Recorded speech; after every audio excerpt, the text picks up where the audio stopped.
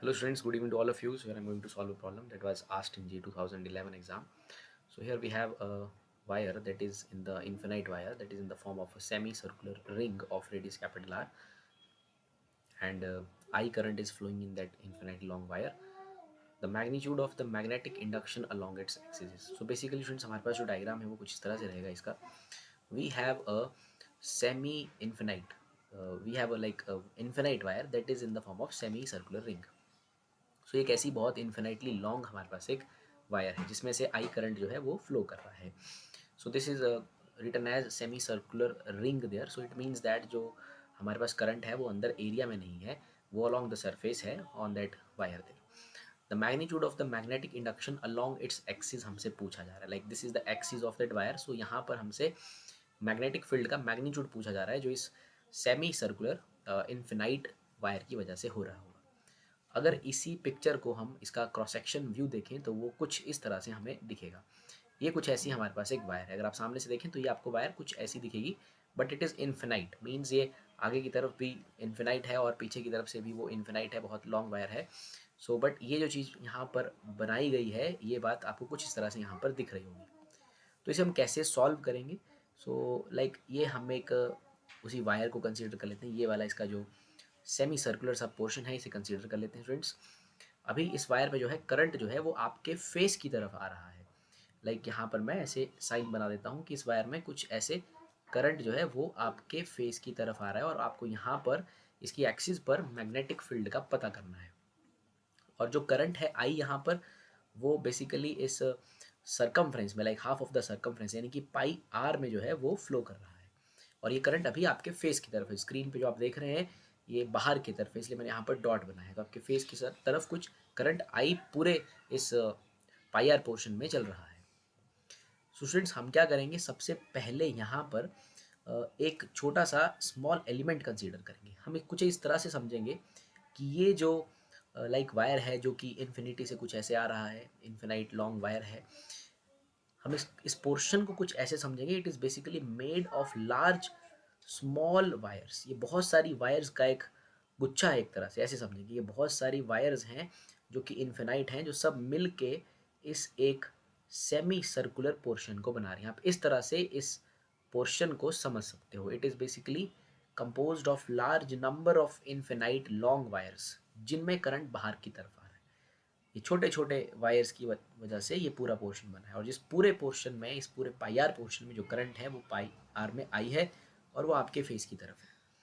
तो एक्सिस पर field find out करने से पहले हम एक छोटी सी एक टुकड़े को कंसीडर कर लेंगे यहाँ पर.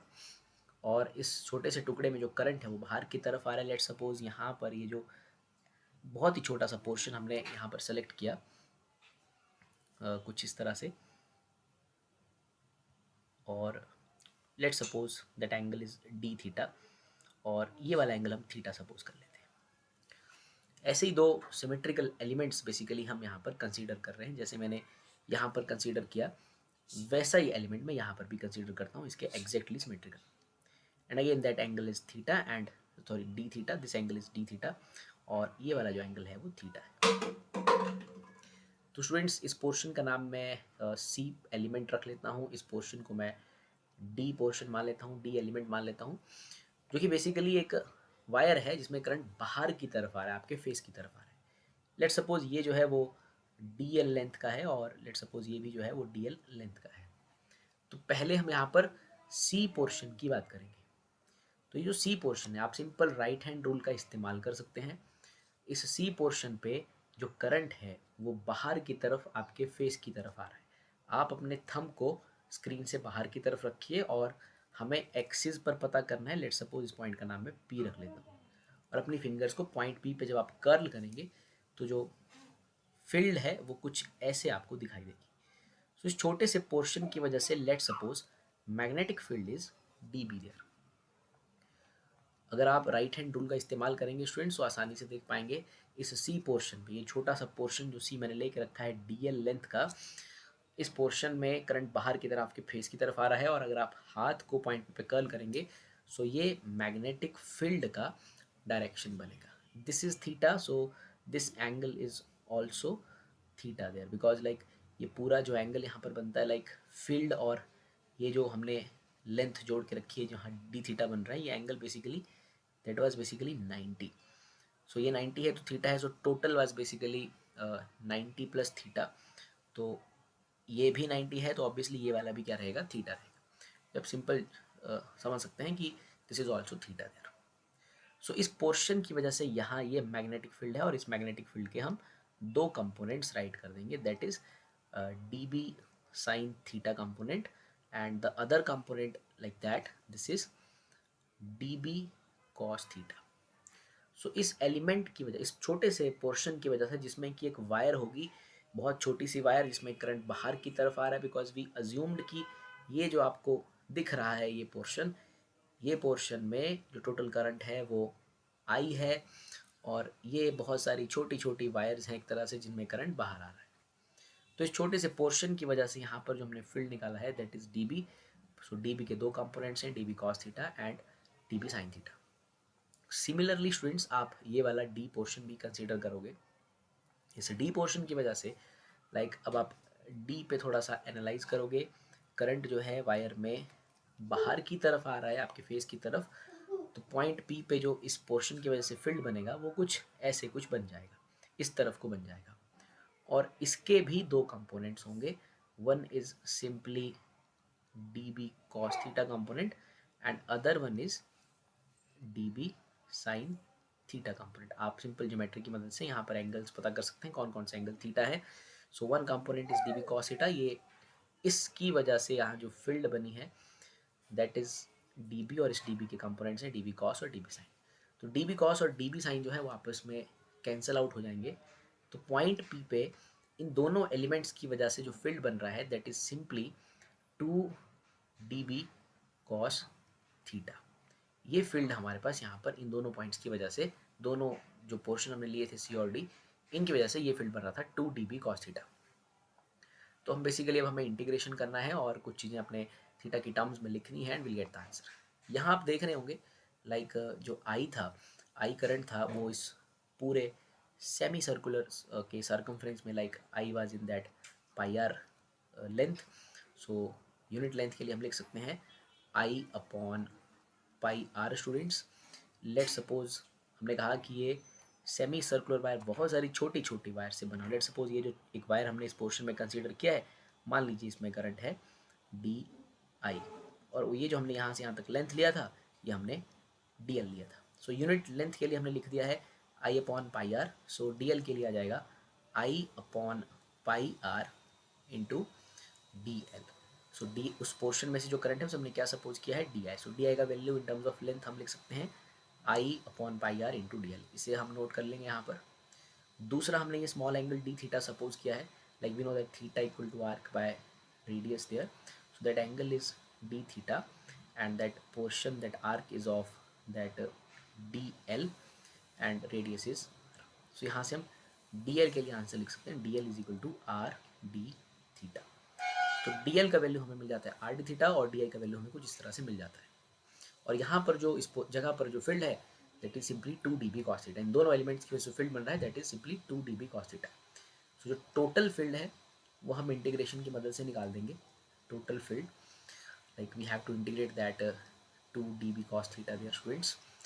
तो ये two D B cos theta students ये बेसिकली इन दोनों एलिमेंट्स का था, इसलिए हमने यहाँ पर टू कर दिया है इसे। सो अगर आप देखें तो इस सर्कमफ्रेंस में ये एलिमेंट्स इस पूरे सर्कमफ्रेंस में फैले होंगे। दो एलिमेंट्स की वजह से two D B cos theta है, तो ऐसे एलिमेंट्स उस पूरे सर्कमफ्रेंस में रहेंगे।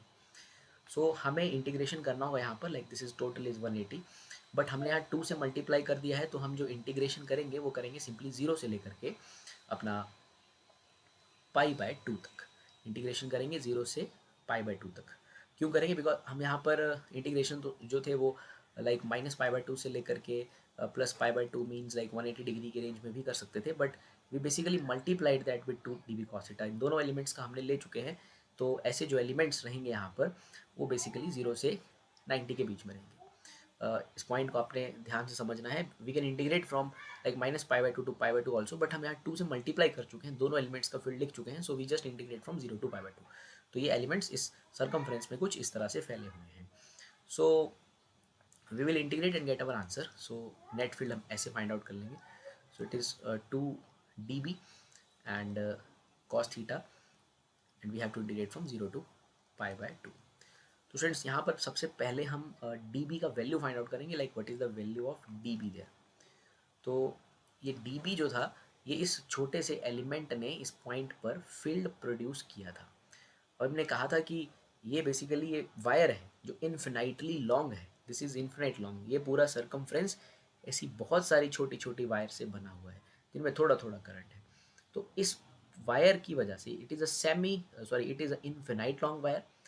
तो एक इन्फिनाइट लॉन्ग वायर की वजह से उसके नियर बाय में जो फील्ड होता है that is simply mu not upon 4 pi 2I/r. But यहाँ पर हमारे पास जो हमारे उस पोर्शन में उस छोटी वायर में जो करंट है that is not I, that is simply 2di, that is di. तो यहाँ पर आई की जगह हम di लिखेंगे. तो b का जो वैल्यू है that is mu not upon 4 pi 2di/r. सो हम dB का वैल्यू लिख लेंगे mu not upon 4 pi. Students जो इन्फिनाइट लॉन्ग वायर्स होती हैं उनके नियर बाय में जो फील्ड होता है वो रहता है mu not upon 4 pi 2I/r. But हमने कहा कि यहाँ जो वायर है उसमें करंट di है तो उसकी वजह से फील्ड होगा mu not upon 4 pi 2di/r. So this is the value of dB there. तो इसे हम यहाँ पर एक्सप्रेशन में डालेंगे. It is integral 0 to pi/2. So उस छोटे से पोर्शन, लाइक बेसिकली हमने पहले ये बात सपोज कर ली है कि ये सेमी सर्कुलर जो है वो बहुत सारी छोटी छोटी ऐसी बहुत सारी इन्फिनाइट नंबर ऑफ वायर से बना हुआ है जिसमें हर किसी में कुछ करंट है. तो हमने जो पोर्शन लिया उसमें करंट को हमने डी आई सपोज किया. पूरे सर्कमफ्रेंस में जो है आई करंट फ्लो कर रहा है और आपके फेस की तरफ वो आ रहा है. So then we put the value of D B there and it is mu not upon 4 pi 2di/r. Integral 2 से भी मल्टीप्लाई है 2dB cos theta students. And now हम जो कैंसिल होता है उसे हम कैंसिल कर सकते हैं. यहाँ से 2 से 2 4 कैंसिल कर सकते हैं. इट इज़ इंटीग्रल अभी हम इंटीग्रेशन में लिखते हैं mu not upon pi and it is D I. तो स्टूडेंट्स आप देखेंगे हम डी आई का एक्सप्रेशन हम ऑलरेडी ऊपर निकाल चुके थे. D I was basically I upon pi are into D I. तो हम यहाँ पर डी आई की जगह लिख देंगे आई अपॉन, यहाँ पर एक आर ऑलरेडी है, I upon pi are into d l और साथ में है cos theta 0 to pi/2. Then we also know that कि जो डी आर था डी एल था इसे भी हमने थीटा की टर्म्स में लिखा है that is are D theta.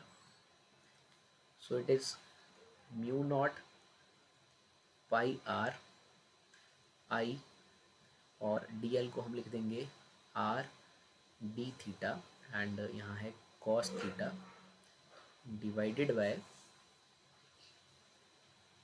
Pi r there. So एक आर से आर जो है वो कैंसिल हो जाएगा students. Integration from 0 to pi/2 and then it is mu naught and it is pi square r. इनको हम बाहर लिख सकते हैं I and it is integral cos theta d theta. Limits are from 0 to pi/2. So अब इसे हम integrate करेंगे and then we will get our answer. So it is mu not I pi square r and integration cos theta d theta is sin theta there and it is from 0 to pi/2. No constant of integration as limits are definite integral.